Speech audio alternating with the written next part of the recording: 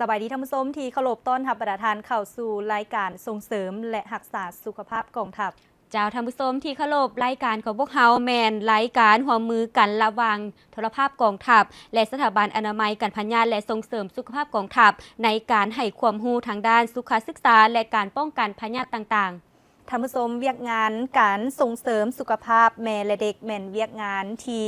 เป็นบุริมสิทธิ์หนึ่งของรัฐบาลและกระทรวงสาธารณสุขซึ่งเป็นเวียกงานสำคัญในการนโยบายรักษาสุขภาพแม่และเด็กเจ้าในการนโยบายต่อสุขภาพแม่นเวียกงานหนึ่งที่สำคัญต่อความปลอดภัยของแม่และเด็กซึ่งได้รับร้องจากรัฐบาลและกระทรวงสาธารณสุขเจ้าสนั่นทั้งสถาบันอนามัยการพยาธิและส่งเสริมสุขภาพกองทัพได้เป็นเจ้าการในทุกด้านในการลงเผยแพร่เวียกงานสุขศึกษาในการส่งเสริมสุขภาพแม่และเด็กในฐานแถวของกองทัพให้ทันกับสภาพความเป็นจริงท่านผู้ชมมื้อนี้ทางรายการส่งเสริมและรักษาสุขภาพกองทัพได้มีโอกาสมาร่วมสนทนากับท่านหมอเกี่ยวกับเวียกงานสุขศึกษาในการส่งเสริมสุขภาพของแม่และเด็กซึ่งตอนนี้ท่านก็ได้อยู่กับรายการของพวกเราแล้วสบายดีสบายดีสบายดีเจ้าก่อนอื่นให้ท่านหมอแนะนำชื่อเลยเจ้าข้าพเจ้าชื่อพันโทนางคำเพชรวันทาราชหน้าที่รับผิดชอบหัวหน้าแขนงรักษาสุขภาพแม่เจ้าหัวข้อที่จะร่วมสนทนาในมื้อนี้เกี่ยวกับเวียกงานสุขศึกษาในการส่งเสริมสุขภาพของแม่และเด็กแม่นเวียกงานแนวใดเจ้าแม่นเวียกงานที่เป็นบุริมสิทธิ์หนึ่งของรัฐบาลและกระทรวงสาธารณสุขซึ่งได้กำหนดเป็นเวียกงานที่สำคัญคือการนโยบายเวียกงานรักษาสุขภาพแม่การนโยบายเวียกงานรักษาสุขภาพเด็กและการนโยบายเวียกงานการซักยาการพยาธิ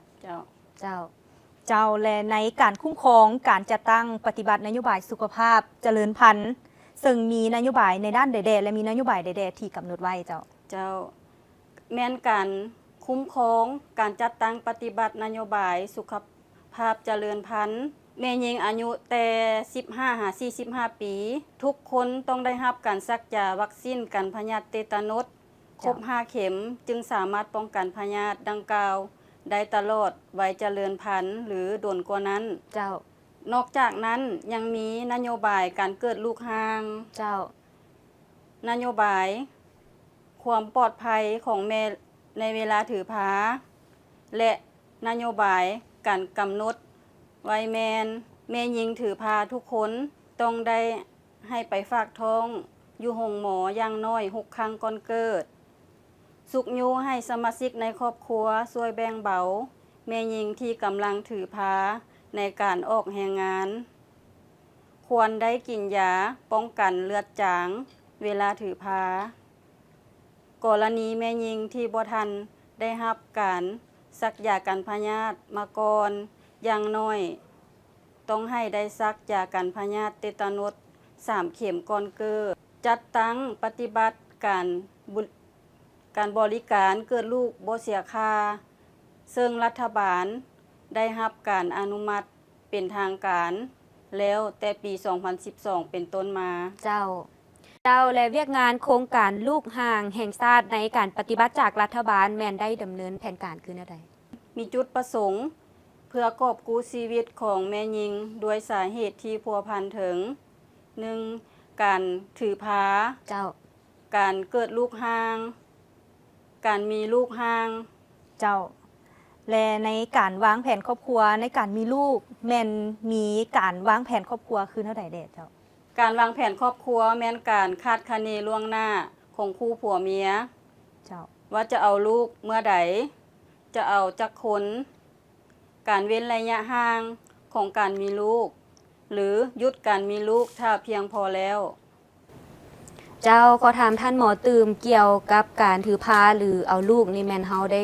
เอาช่วงระยะใดจักปีหาจักปีเจ้าเวลาเหมาะสมในการเอาลูกแม่นอายุระหว่าง20-35 ปีเจ้า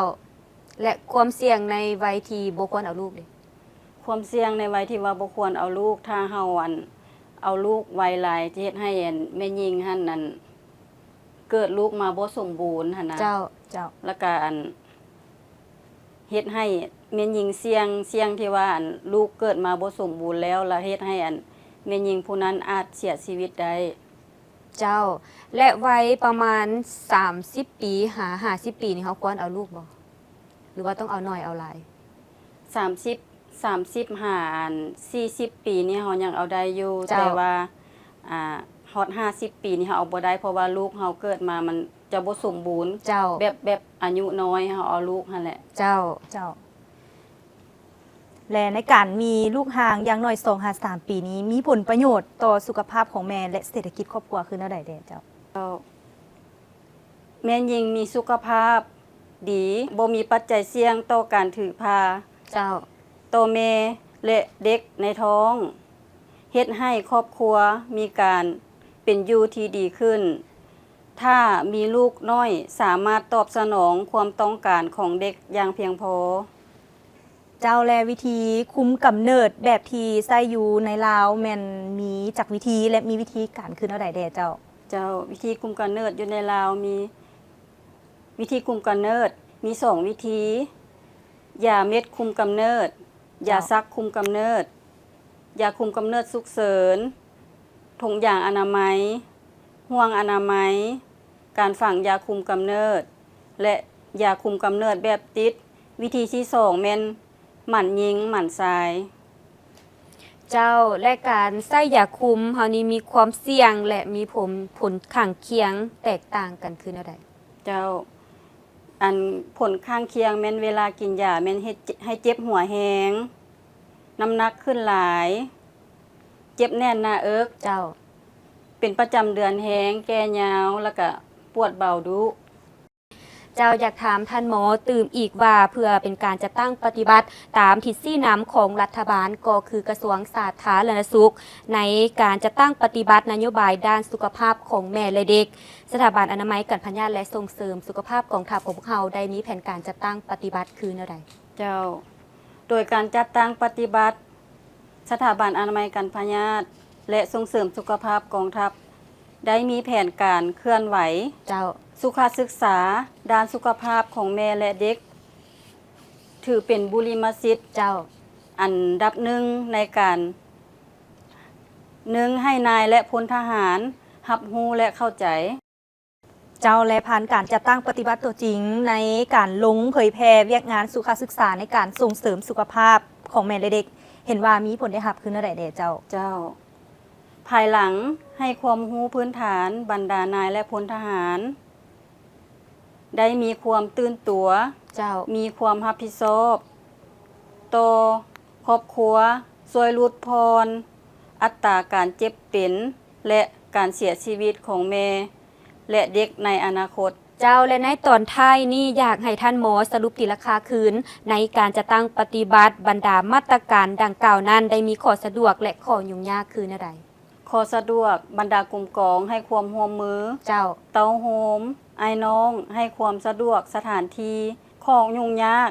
มีบางกลุ่มกองบ่เข้าใจ เจ้า บ่ให้ความสะดวก เจ้า บ่ให้ความร่วมมือในการนัดหมาย การนัดหมายบ่เป็นไปตามแผนการ เจ้า ท่านผู้ชมที่หักแพงสำหรับการสนทนามหอนีก็ใกล้จะหมดเวลาลงแล้ว และก่อนอื่นทางทีมงานและการส่งเสริมสุขภาพกองทัพของพวกเรา เจ้า ก็ขอขอบอกขอบใจมายังท่านหมอคำเพชรวันทราชที่สละเวลาอันมีค่ามาร่วมสนทนากับทั้งและการของพวกเราและให้ความรู้เกี่ยวกับเวียกงานสุขศึกษาในการส่งเสริมสุขภาพของแม่และเด็ก